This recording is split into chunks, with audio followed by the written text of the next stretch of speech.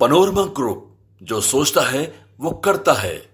नमस्कार, आप देख रहे हैं न्यूज हाट। मैं हूं कुमोद कुमार। दिल्ली के हर दिन की खबर आज क्या खबर है इसको लेकर हम विस्तार से बताएंगे। आखिर दिल्ली में कौन सी घटनाएं, राजनीतिक घटनाएं हो रही है। लगातार जो है आम आदमी पार्टी बजट को लेकर बीजेपी पर हमलावर है। वहीं दूसरी तरफ जो है बीजेपी के विधायक जो है नाम बदलने को लेकर जो है दिल्ली में कई इलाकों के नाम बदलने को लेकर जो है आज सदन में प्रस्ताव लाया। इस प्रस्ताव में क्या खास है, क्यों बदला जा रहा है, इसको लेकर हम पूरे विस्तार से बताएंगे। दूसरी तरफ जो है बजट को लेकर आज सीएम रेखा गुप्ता ने जिस तरीके से आम आदमी पार्टी के ऊपर हमला बोली, ये साफ दर्शा रहा है कि बीजेपी फ्रंट फुट पे खेलने की कोशिश कर रहे हैं और बीजेपी जो है आम आदमी पार्टी के जितने भी नाकामियां हैं उसके उजागर करने की लगातार कोशिश कर, चाहे वो प्रदूषण का मामला हो, जल बोर्ड का मामला हो, चाहे वो डीटीसी बस घोटाले का मामला हो। इसको लेकर कहीं ना कहीं आज बजट सत्र के अंतिम दिन जो है पूरी तरीके से आक्रामक दिखी।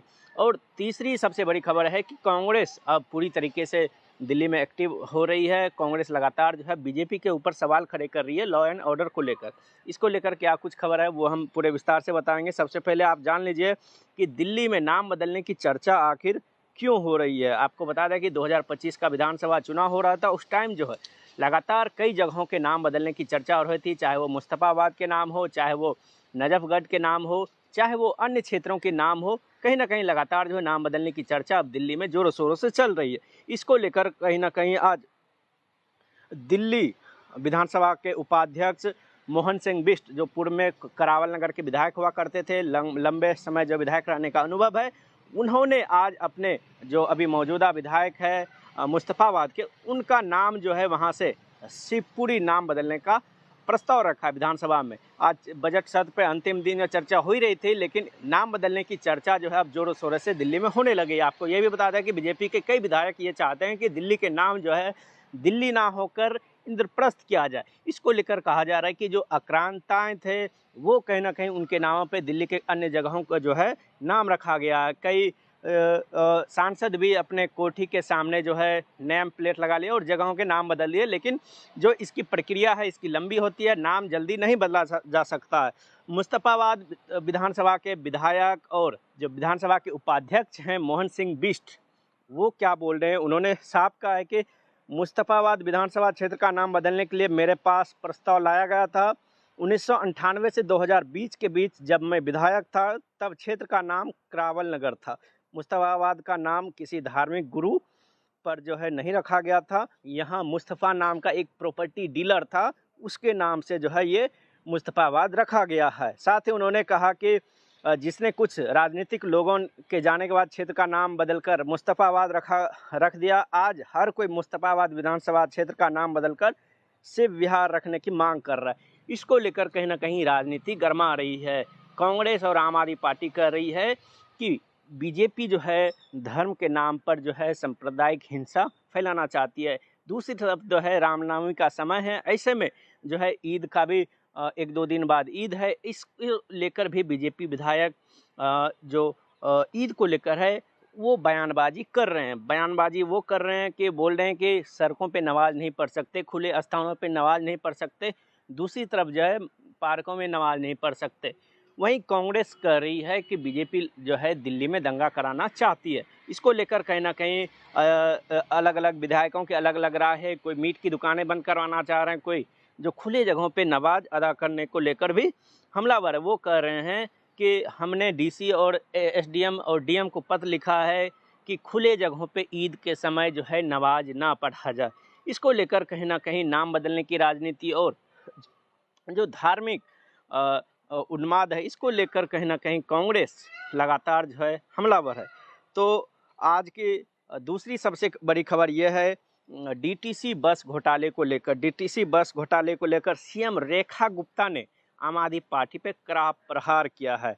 सीएजी रिपोर्ट को लेकर उन्होंने कहा है कि डीटीसी का दुरुपयोग और कुप्रबंधन करके जो है इसे बर्बाद किया गया। ये आय का भी साधन हो सकता था, लेकिन आम आदमी पार्टी ने केवल नुकसान ही किया। आपको बता दें कि डीटीसी के ऊपर जो है सीएजी रिपोर्ट आई, इसमें जो है लगभग 29,000 करोड़ से ऊपर जो है घाटे दिखाया गया और कहीं ना कहीं ये साफ दर्शा रहा है कि रेखा गुप्ता सरकार जो है जितने भी विभागों में घोटाले हुए लगातार जो है विधानसभा के पटल पर रखकर लगातार आम आदमी पार्टी को घेरने की कोशिश कर रहे हैं, चाहे वो प्रदूषण का मामला हो। प्रदूषण पे जिस तरीके से अरविंद केजरीवाल ने वायु प्रदूषण को लेकर कहीं ना कहीं एक स्ट्रेटजी बनाई थी, एयर पोल्यूशन कम करने को लेकर, उसको लेकर भी कहीं ना कहीं रेखा गुप्ता आक्रामक दिखी है।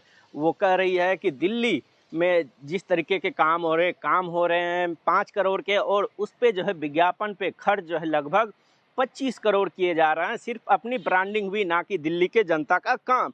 साथ ही उन्होंने कहा कि केंद्र से 233 करोड़ रुपए भी खर्च नहीं कर पाए ये लोग, और जो नुकसान 60 करोड़ का था वो 80 पर आ गए। ये डीटीसी बस को लेकर है कि केंद्र ने 233 करोड़ दिए थे, लेकिन जो नुकसान हुआ वो 60 करोड़ से बढ़कर जो है 80 करोड़ हो गए। साथ ही उन्होंने कहा कि सुप्रीम कोर्ट ने 2007 में ही कहा कि दिल्ली में 11,000 बसें होने चाहिए, मगर 2023 तक जो है बसें 3937 हुई।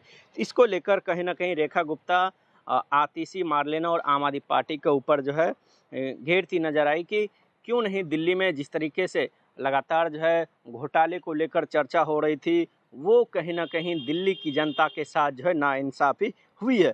इसको लेकर कहीं ना कहीं आम आदमी पार्टी घिरती हुई नजर आई। साथ ही साथ कई विधायकों ने अलग अलग क्षेत्रों की समस्याएं रखी, उसको लेकर भी उन्होंने गिनाया कि किस तरीके से अलग अलग विधानसभाओं में जो वायदे किए गए थे अगले 10 सालों में वो काम पूरे नहीं हुए, उससे ज़्यादा जो है विज्ञापन पर खर्चे हुए।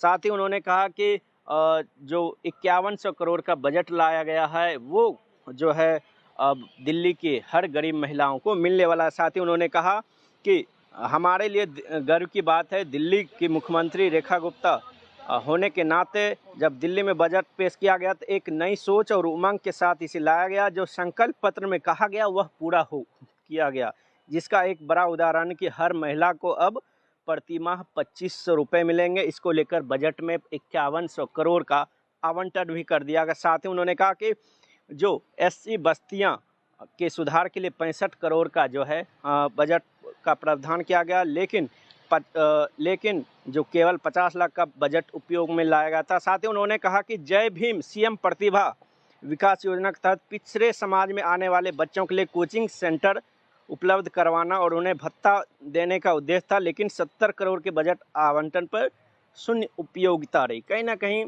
आम आदमी पार्टी और अरविंद केजरीवाल की सरकार पर जो है सवाल खड़ा कर रही है रेखा गुप्ता। साथ ही आज की तीसरी सबसे बड़ी खबर है कि कांग्रेस जो है अब एक्टिव नज़र आ रही है। जो 2 दिवसीय बैठक हुई जिला अध्यक्षों की, मंडल अध्यक्षों की, राहुल गांधी और मल्लिका अर्जुन खड़गे जो है बैठक ले रहे थे, उसके बाद से कांग्रेस अब आक्रामक नज़र आ रही है। कांग्रेस लगातार जो है बीजेपी के ऊपर सवाल खड़े कर रही है। कांग्रेस कह रही है कि जिस तरीके से डबल इंजन की सरकार है उसके बाद से दिल्ली में लगातार जो है हत्याएं और लूट और रंगदारी के मामले जो है बढ़ गए। इसको लेकर कहीं ना कहीं वो बीजेपी और अमित शाह को घेरने की कोशिश कर रहे हैं। आज देवेंद्र यादव प्रदेश अध्यक्ष कांग्रेस ने साफ कहा है कि जिस तरीके से बीजेपी ने चुनावी वादे किए थे उसके बाद से जो है और भी हत्याएं और जो लूट के मामले हैं दिल्ली में बढ़ गए।